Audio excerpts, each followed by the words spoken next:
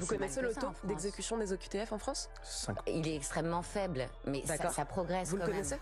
C'est moins de 10%. Voilà, moins mais de 10%. ça progresse. Une politique publique qui a 90% d'échecs, on va s'en satisfaire sur ce plateau? On est En content? tout cas, ça progresse. Est-ce qu'on est content de 90% d'échecs?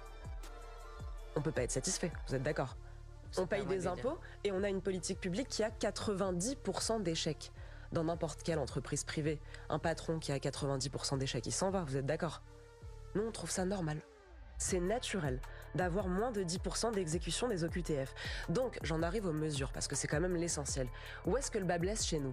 Le bas blesse au moment où on doit expulser ces clandestins dans leur pays d'origine, parce que les pays refusent de les reprendre. Et pourquoi est-ce qu'ils refusent de les reprendre? Parce que la France ne se fait pas respecter.